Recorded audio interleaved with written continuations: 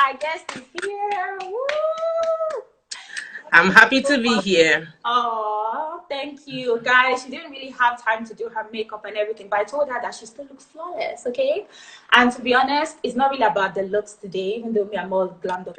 Remind me, it's about the message that you're gonna get, okay? So again, Ma, you're so welcome. Thank you for agreeing to do this, and I really hope someone learn a thing or two from doing this live. Yeah. So, Ma, before we start, can you just introduce yourself? Tell us one or two things about, what you do, where you are, maybe your likes, your interests, so that our viewers can just get a taste of, who you are. Okay, so you know my name. I'm TMO. I'm Tope. And most of what I do, you can Google.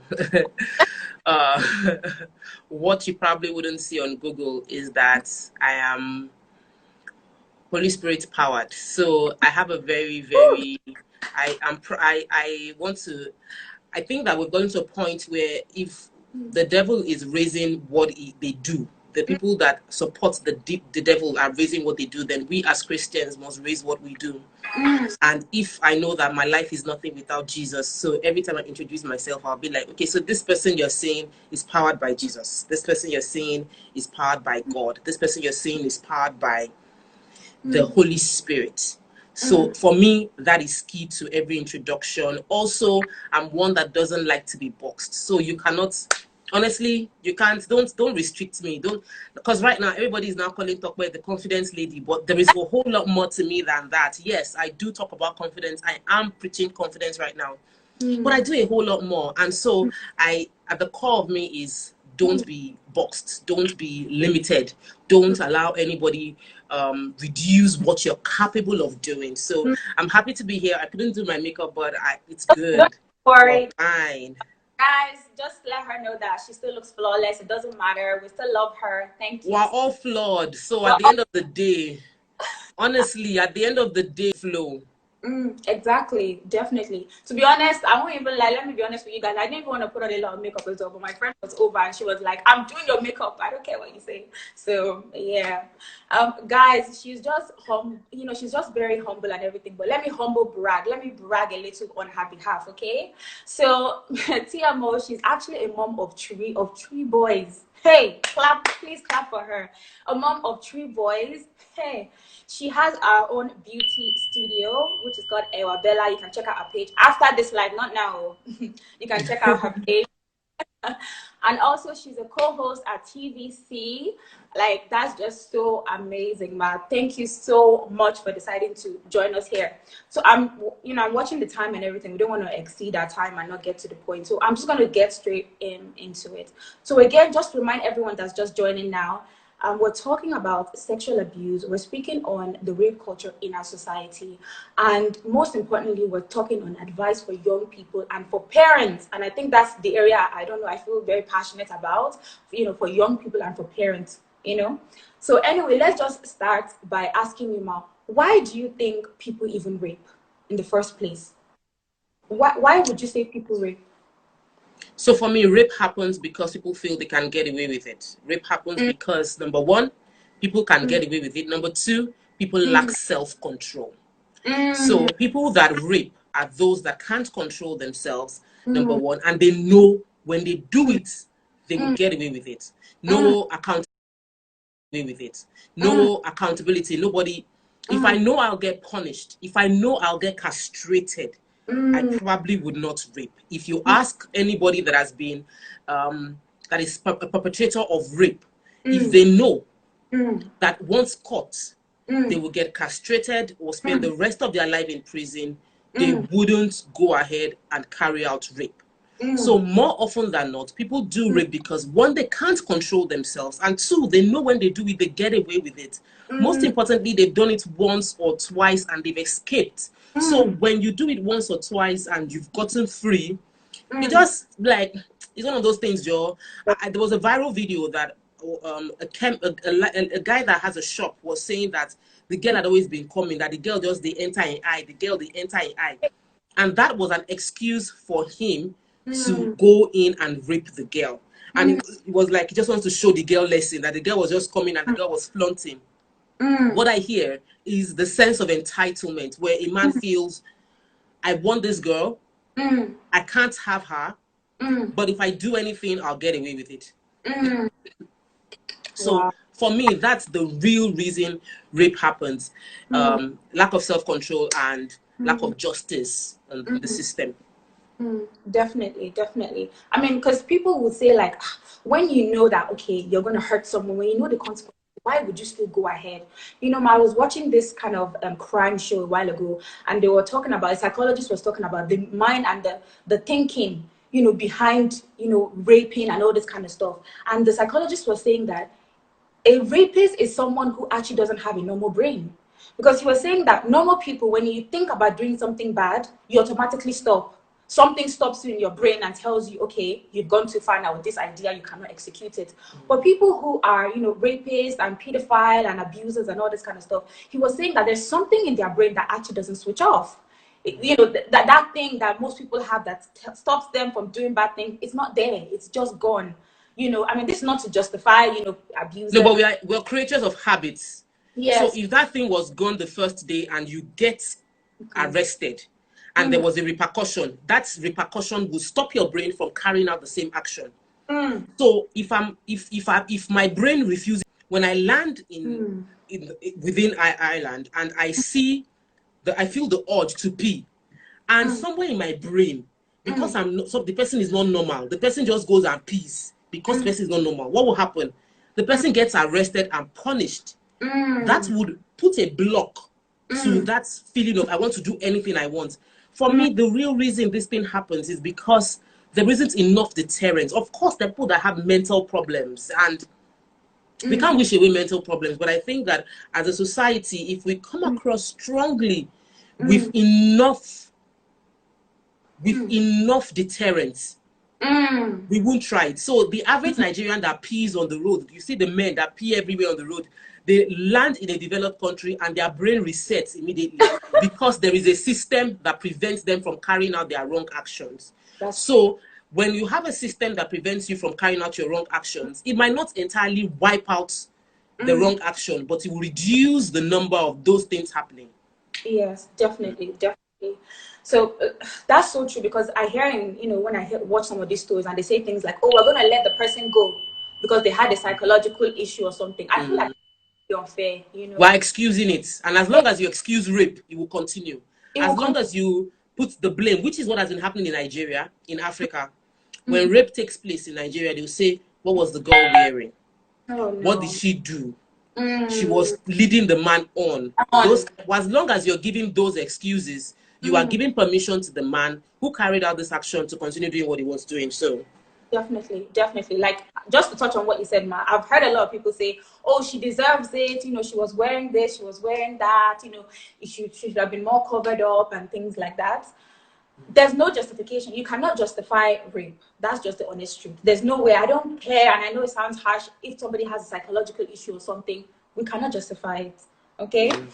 Anyway, another thing, and I think this one is important for a lot of young people to hear, is that how, as a young person, as a young girl, how can we avoid rape? How can we make sure that, we don't get, in positions where we are sexually assaulted? Because as young girls, like, I know myself when I was 16, 17, 18, I was very carefree, what's the word, carefree? I was careless. I didn't really think too much about things. I just feel like, but would you, that's her son there. Would you just say one or two, like, what would you advise young girls, to do? Or how do you think they can stop this kind of sexual assault?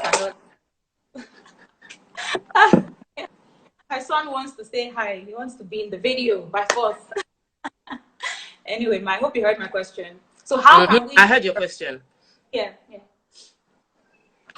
So let me just, because it just scattered a bit of what I have set up here. Okay. Please go and watch it outside. So how do you spot an abuser? Yes. I'm happy that we're giving enough awareness to this thing, because the more we talk about it now, the more we can generate this level of awareness. Like you, as a young child, as a young lady in my 16, 15, 17, 18, I wasn't aware of the signs to look out for, what to look out for. And I really do, at the end of the day, I really don't think there is anything nobody writes it on their face, because in most cases, the nicer they are, the easier for them to become a predator. So when that for me, it becomes a challenge, because what you now end up having is this paranoia where people begin to feel everybody that comes close to me is an abuser. Everybody that comes close to me, if you hug me, you're an abuser. If you touch me, you're an abuser. And we must try as much as possible not to label every human being that is warm as being an abuser. But one of the most vital ways men do this, abusers get into the system, is to lure you. So they warm into you, try to understand what you want and offer you what you want. So for older people, it is money and validation. It is money and validation. And when they try their luck, they give you money, and the expectation with that money is that you should give them sex. If you now say no, then there's trouble. Number two is they give you validation. So they make you feel like you're the best in the world. You can rely on me. When someone is bringing you in, making you feel like they're the most important person in the world, or making you feel like you should rely 100% on them, for me, I would say that you should be wary. Okay. And as much as possible, avoid being in a private place with opposite sex. Honestly, it's something that we should preach, we should insist upon. Of course, very rarely would you see rape take place in daylight in front of everybody. It's activity. People rape in the dark. So if you, as a lady, in the means to protect yourself, avoid being in such places as much as possible, at least you've done your part. So maybe if you're in a bus, or you go for your job, and while you're coming back, you're stuck somewhere with someone and something happens, it's a different thing. You know you've done your part. But I think that when we put the burden of preventing rape on the survivor, it is an unfair thing, because sometimes you literally don't do anything, and you literally cannot spot anything. Like, you cannot even tell that this person is going to be an abuser. You can't tell it. And when such things happen, what you end up having is a case where we blame the girl wrongly, that you should have prevented this, you should have known this person was going to rape, but there was nothing she could have done, really. So in terms of signs of an abuser, I don't want to raise paranoid people. I think that as much as possible, we should just raise our girls to be stronger. As we should raise our girls to fight. Me, I'm saying that your self-defense should be promoted more than ever, so that if you find yourself in that situation, you know what to do, you know where to kick, you know what to hold, you know where to fight, you know how to attack. At least you might not be able to successfully scale through, but in most cases, if you are able to effectively, you might actually be able to escape. So most people that carry out rape are very timid, shy people that are looking for easy prey to oppress. They are timid, they are shy, they are looking for easy prey to oppress. So if you don't come across easy, they would run. And so you're able to get away with it. Yes, definitely. And I don't know if you can comment on this, but I've heard someone say, oh, if you've ever found yourself in a position where you are raped, just make sure that you don't move, you don't do anything, you just stay there, you just let them do what they need to do until they go, because you don't want them to kill you, you don't want them to hurt you. Ma, can you comment on that? What would you say they should? Would you agree?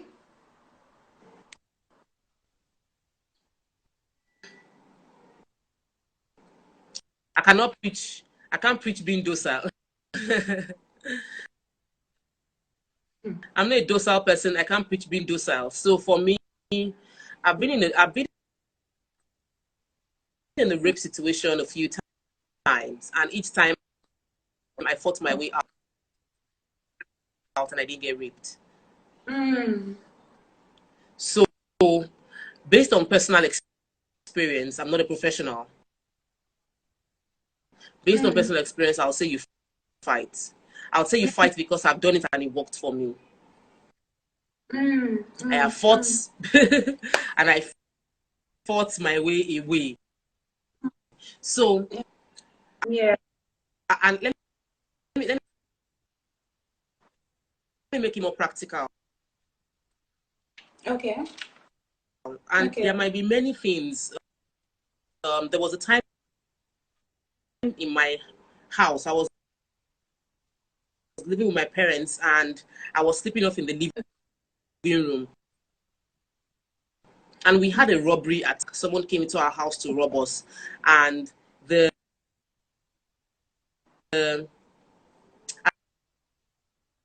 as God will have it, I removed my trouser and put it by the couch where I slept off. So the robber didn't know somebody was in the living room. Yeah. So he went straight into my parents' room. And while trying to harass them, I knew I was half naked. So I pulled on my trouser. And when I pulled on my trouser, it was a jeans trouser. So pulling on the jeans trouser, and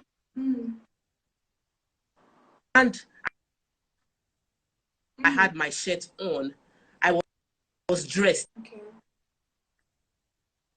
And then I covered my head.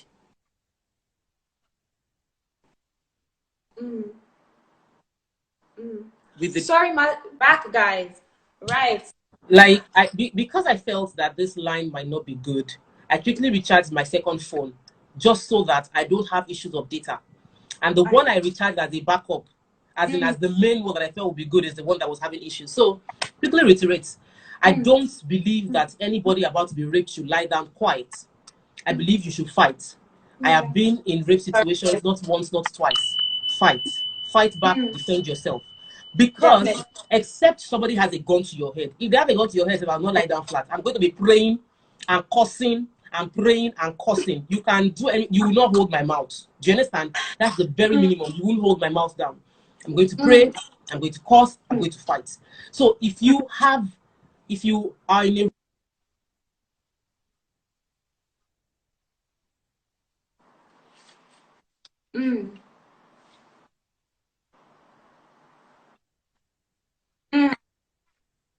because I went to check an event center with him. So he told me, okay, while we're waiting for him to open the event center, come into the room with me. Trust me. And I was about maybe like 20 or 21. I was doing event decoration then. I've always been enterprising. So guys, I've done many things in this my life. So I was doing event decoration and I got into the room waiting for the hotel manager to come and open the hall. He came in and locked the door. I became suspicious. Like, why would you come in and you lock the door? So he said, what do you want to eat? I said, I'm not eating anything. Once the manager comes, let's go and check the hall. The next thing he said, no, I have to eat something. They're bringing food. They brought the food. I didn't eat. Then he locked the door after they left and now wanted to come on me. I just grabbed his own key and I took his key and I used his key to stab. And this is someone I knew. I know him well. I know his wife. I know his daughter. He lives within my area when I was staying in Matsu. So I knew him well, which was why I would even follow him. Like, you're an old man. I won't follow any stranger to a room. You are an adult. You are someone I know in my area. You know my parents. You know my dad. You know my mom. I know you. I know your family. Why would you want to do that? But that's what they do. So immediately I noticed that happening, that he was going to attack. He was trying to jump on me. I took his key and I like this. As in that was what I could do, and it was all I could do. So, and in the process I was able to I injured him and he was bleeding. And while he was bleeding, he tried holding where he was bleeding and he was shouting, I'm Ogbanje, she's Ogbanje, this person is an Ogbanje. I just went to the door, opened the door and rushed out of the room went straight downstairs. It was in this Apapa area, and I took a bike from that place straight. I thought the bike just take me home, and on getting home, I got money from someone to pay the bike back. But that was my own move. If I had stayed there docile, that man would have had his way with me. So in the first video, I shared my experience. I'm sharing another one. The truth is, don't take it lying flat and pray. At the end of the day, these people would prey on the weak and they'll prey on the innocent. That's what they do. Don't be that weak or innocent person. Because in most cases, if a man propositions you, and immediately he propositions you, you tell him straight, I'm not going to have sex with you, I know what you're looking for. They tend to run away from such people. They run away from a bold and confident person. What they do more often is to prey on the weak and quiet person. When they know you don't talk, they know if they grab you in a corner, they just cover your mouth. That's what they do. They just cover your mouth and do what they want to do, and then you slide down. I'm not a party to that advice there. I'm not. I was already saying it when he went off as well. Please do something. And someone commented and said, if the person is armed, we need to be careful. So someone is not holding a gun and a knife to fight back. So we need to just apply wisdom. So I'm just watching the time. So I'll just ask the next question. And this one is something that a lot of people might not be able to. And it's the issue of rape or sexual assault happening like immediate family. So, for example, maybe an uncle or a cousin or someone, you know, in our culture, right? In our African culture, we call a lot of people uncle and aunt, even though we don't know them really. There's no blood relation. On that tree, they are not so because of our extended family system, everybody is uncle, everybody is an aunt, and most of the time we depend on neighbors to help us raise our children. So you see a woman that is working and she will drop her kids with her neighbor and say, that's your uncle, don't disturb uncle, just watch TV in uncle's house. And we've had so many cases of uncle abusing the child. So I would say that we need to suspect everyone. At the end of the day, when it comes to children, I suspect everyone. I especially when it comes to children. So for adults, you might be able to have this sense of discretion and be able to decipher between right or wrong. But for children, I suspect everyone. If you touch my child in any way, I would shout. You are hugging my, and I have boys. But even at that, I will still shout. Don't hug them. Don't kiss them. Don't rub them. My kids are as they get older, I quickly take them into the case of you bathe yourself. And watch you while taking a bath so that there's nobody rubbing your body every morning and night. These are simple things that will help our children. So you raise your children to have their bath themselves, to wash their bum themselves after using the toilet. So nobody is washing their private part for them. You know, I know it is easier for you to think they can't do it or I must do it by myself, but you won't always be around as a parent. So I believe parents should raise independent, strong-minded children. You must raise your child to be confident and be able to speak up. Your child must be able to speak up. If your child is getting abused, you must raise your child to speak up.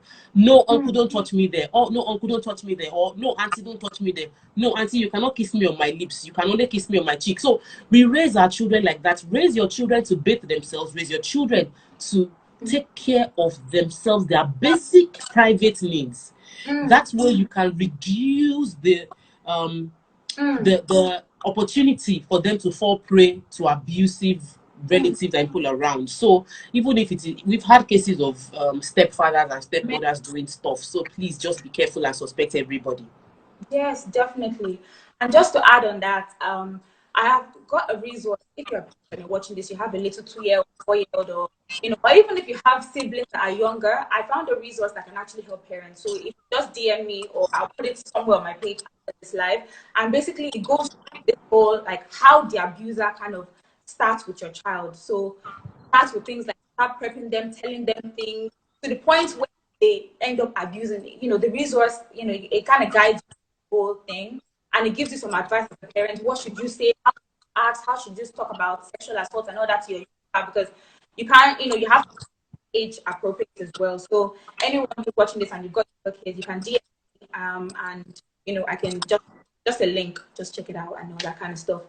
So lastly, I wanted to just say, because there's people, who are watching this right now, they have experienced child abuse, they've experienced, being sexually assaulted even as a young adult, as a mother, or even men.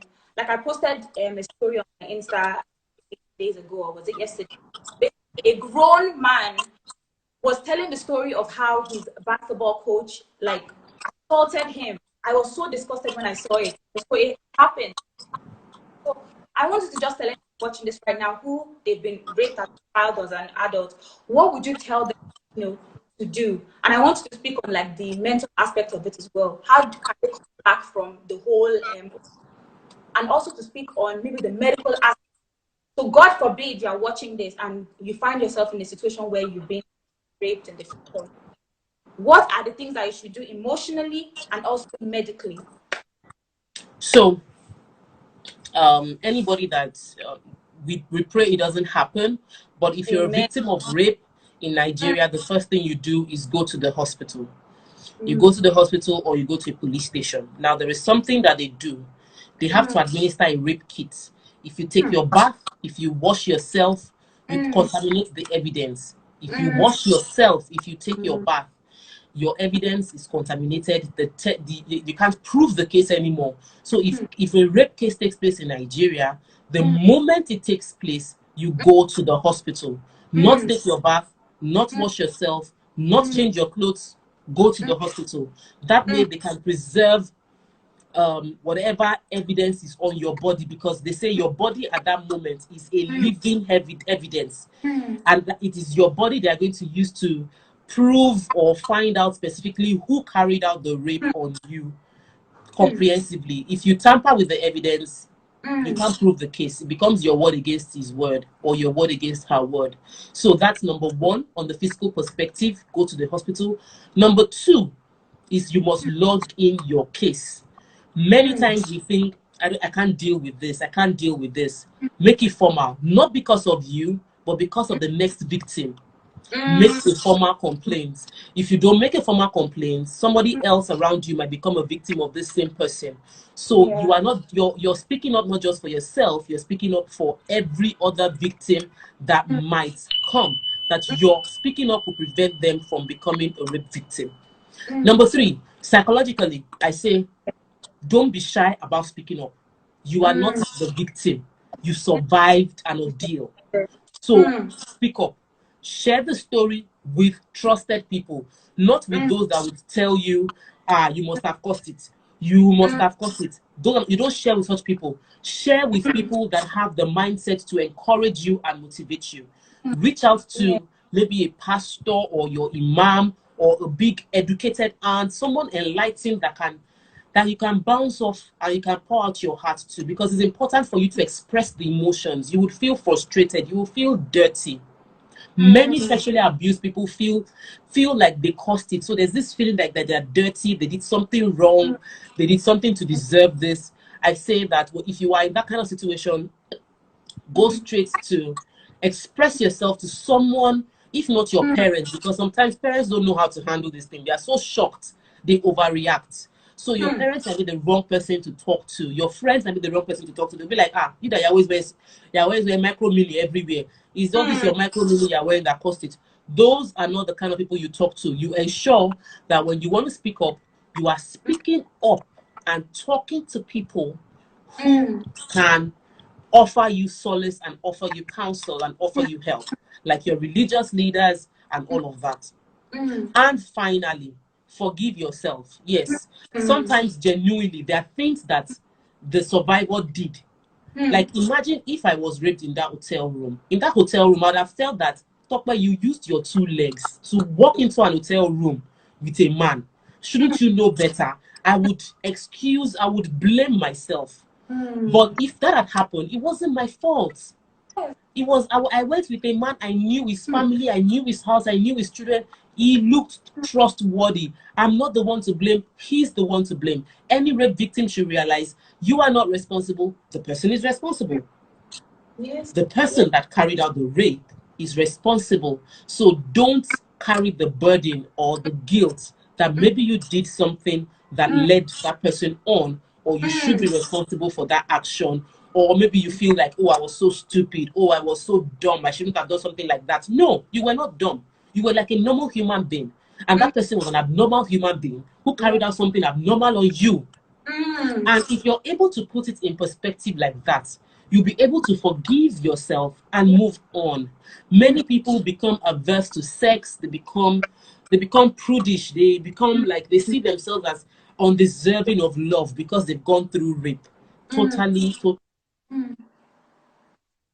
understandable that you will feel that way, but that emotion is wrong, because that emotion, you don't deserve it. So don't put yourself in that position where you feel guilty about something that you didn't cause. So yeah, that would be my answer concerning that.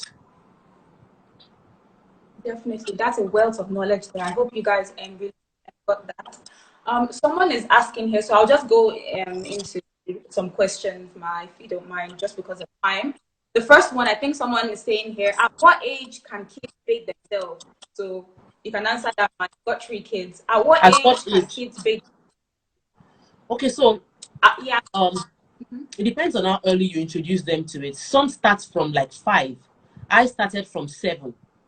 I started from 7. My kids I have twins that are 8 now, and even at that, they don't do it perfectly yet. So what I do is, while they're doing it, I'm watching them.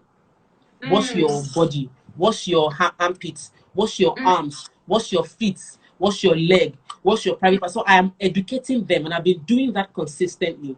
So my expectation is that since I started at 7, I know people that started at 5 in raising their girl child. I think your girl child, you should raise your girl child to start washing herself from 5, under observation. By the time she's 7, she will do a good job. If you already have a 7-year-old, start. If you have an 8-year-old, start. Just understand that from 5-year-old, children they have motor skills. They can coordinate themselves. They can tie their shoelace from 5-year-old, which means that they can handle using a sponge to wash their body. So start letting them, and sometimes you introduce it to them gradually. So it's a case of, you might tell your child that, take your bath by yourself in the evening, I will bathe you in the morning. So at least you know they are clean. So that way you are introducing it to them little by little. They bathe themselves in the evening, they brush themselves in the evening. In the morning, you do it so that they don't damage their teeth or start smelling. So you introduce it to them gradually. And after a while, you tell them, okay, you are now old enough to bathe yourself morning and night, but under supervision. So you are watching, somebody is watching them to be sure they are doing a good job, and teaching them over and over, because it takes a long time. It might take you a full year of teaching before they successfully are able to bathe themselves. But I believe that if you have a 10-year-old that isn't bathing himself, then you should jump on it, because they are capable of doing a good job by 10. Okay, that's good. I hope that answers that person's question. So my 2 people, I know we're running short on time, but I'm just going to ask 1 or 2 questions that were sent in earlier. So one of them was, how do you manage to juggle marriage and children? Oh, that's okay. Oh, for me, your children are not an hindrance to you fulfilling your purpose, and you mustn't make them one. You mustn't make them one. So you must plan yourself, you must plan your time, you must prioritize, and you must forgive yourself when they interrupt. So my kids came in here. When they came in, I'd already told them I had to do an Instagram live, and somebody still came into the room. So when that person got into the room, I didn't fight the person. I just made the person understand, go back. But that I would use that. I don't want my child to interrupt my Instagram live, so I will not do an Instagram live. That is you giving excuse. That's a problem with your confidence level, and you should enroll for the confidence webinar. Don't worry about that, man. So for me, I don't see my children as any hindrance. I feel that my children complement me, and my children are part of my achievements. So it is on its own enough for me to be a mother. Being a mother, if all I do is raise 3 fantastic children, I've done well. However, I know I have capacity to do more, and it will be a disservice for me not to maximize the potential with the excuse that God has blessed me. So this God has blessed me with children. I'll now use those children as an excuse not to do what God has given me the capacity to do. So for me, that's the perspective. I won't use my children as an excuse not to do what God has given me capacity to do. It's like when it comes to worshiping God, and it happened to me for a while. My prayer life went down after I had the twins. And it got to a point I just told myself that how would God feel that I gave you children? Now those children are the reason you don't pray anymore. I gave you children and they're the reasons you don't have time to come to church anymore. So it's about you finding the perspective that God is not a wicked God. He would understand that you cannot pray. But you mustn't give excuses for why you're not doing what you're doing. Tell yourself the truth. You are not managing your time well. If you have time to watch TV, but you don't have time to do an Instagram live, or you have time to watch TV, but you don't have time to read a book, you have time to watch TV, but you don't have time to. It's for me, it's just excuse. You have time to go and do your hair in the salon. You have time to do your nails, but you don't have time to do a course online. Misplaced priority. You're triggering a lot of people by saying that. You have time for. Yes, you have time to do your hair, to do your nails. You have time to watch your series on Netflix. You binge watch it. But you now say you don't have time to take a course. You don't have time to read your book. You don't have time to do what is vital. That is you giving yourself permission to fail. That is you making excuses. So for me, I don't make such excuses. I don't. I don't. And that's the reason I can juggle everything, and I'll continue to juggle even more. I'm launching another business maybe next month or by August. And I'm not even bothered that, oh, this will be too much for you. How would you balance everything? Or you have your coaching and all of that. I'm telling myself that I have 24 hours. I have not maxed it yet. And in most cases, the wiser people know how to convert that 24 hours into 48 hours. They are the wise ones. They are able to say that I would employ 2 people who will give me that 24 hours in addition to my own. And then I will use that entire 3 of us to do the work I alone cannot do. So for me, it's no excuses. Do what you need to do. You have too much bottled within you. Don't die with all that God has deposited in you. Don't stand by your graveyard and looking at your grandchildren and saying, if only they know the music in Lola's stomach. If only they know the knowledge Lola could have spilled out, that Lola did not spill out. So don't stand there. Let people stand at your graveyard and say that, Chai, my grandmother finished everything in this world. Like this person, I cannot scratch half of what my mother did. That is the kind of legacy I want to leave. I want people to think about my life and say that, how did Tope do it? If she can do it, then I can do it too. She has one head, I have one head. I can make this thing happen for me. If she can talk like this, I can talk like this too. There's nothing different about her. She's just a human being. So that for me is, and I do this for people too. When I see some people, I'll just be like, Jumoke, I don't know. It's one head you have. It's the same God you said that I serve.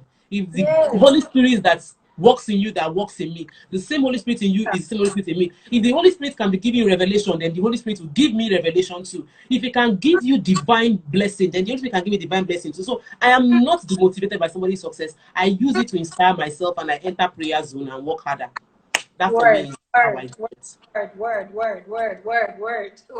That's word right there. So just conscious of time, I think we have about maybe 5 minutes left. I want you to sell your market and tell us about, you have a webinar tomorrow, and coaching guys. We don't actually does live coaching, but she hosts events and a bunch of other stuff. So after that, please go over to her page and go and check out. Ma, please just tell us what the webinar is about tomorrow. So I'll just say go to my page and follow and turn on notification. Instagram has been doing something very weird to me nowadays. I'm seeing very minimum, very small engagement on my Instagram posts. I'm like, I'm blowing my trumpet not for the world. I'm blowing my trumpet for who God has sent me to talk to per time. So for me, at every point in time, my message is not what I feel like sharing, is what I'm inspired to share. Definitely. Currently, I've been pushing people concerning confidence. Yes. And it's because I know that for many people that would enjoy the benefits of this events I've put together, the confidence webinar tomorrow, they are going to unleash a next level of themselves. So it is not for everybody. It is for the person that is desirous of doing more. It is not for everybody. It's for the person that wants to grow. It's for that person that knows that, but I can do better than this. Those are the people that would invest in themselves. Those are people that come for the webinar and their lives will be transformed. But one thing is for sure, you will not attend that webinar and your life will remain the same. Because you need confidence to be able to achieve and go for the next level. And that confidence will transfer into everything you do. Yeah. So whether it's as a parent or as a spouse or as a daughter or as a business executive, even in your ministry, the level of confidence you have will determine how far you will go. Oh. At the end of the day, even the Bible says that it is those that know their God that will do exploits. So if you don't know yourself, you cannot do any exploits. If you don't have confidence in who you are, you can't do any exploits. Your exploits is heavily linked to the quality of confidence you have in your capacity. So at the end of the day, it will bring you to a point in your life where you realize that even if I know a lot about confidence, I need to know more to unlock the next level. You are where you are because of the information you have. For every time you acquire more information, you would unlock another level. You get more information, you unlock another level. The difference and the gap between who you are now and who you want to be is the knowledge you don't have. When you acquire that knowledge, you bridge the gap. So my own desire, my life's mission is to give you the knowledge you need to bridge the gap between where you are and where you want to be. So it's on a daily basis. What do you need to become? Who do you need to become? What do you need to have? And you keep on, as you keep on acquiring that information, you grow bigger. You feed your soul, you grow bigger. You feed your spirit, you grow stronger. There are some things that there's some kind of deals you cannot negotiate with because your spirit cannot even catch it. Even when they offer you, you will not take it. They will offer you some deals, you won't take it because you don't believe in yourself enough to take it. So you need to expand yourself. I'm just sorry, ma, just to cut you off there. I'm just looking at time before it kind of just goes off without me. Yeah. So guys, like she said earlier, her page, all her information is there. I've attended the webinar. Oh my God, I cannot even begin to tell you the amount of things. Like me, I always think, oh yeah, I think I know about that. When I joined it, you know, a lot of work. She put in a lot of work and effort into this. So guys, please go to her page and check it out. Just before the thing comes up, I want to say goodbye to everyone. Thank you so much for joining me on this. Thank you guys. Fade Kemi A, you guys go to check her page out as well. She does YouTube classes and all that. So Fade Kemi, I can see in the comment section. Shout out to you, sis. Thank you so much for joining. Thank you, Ma, for joining. I hope you enjoyed the rest of the day, and I'll see you at the webinar tomorrow. Bye. Bye, guys.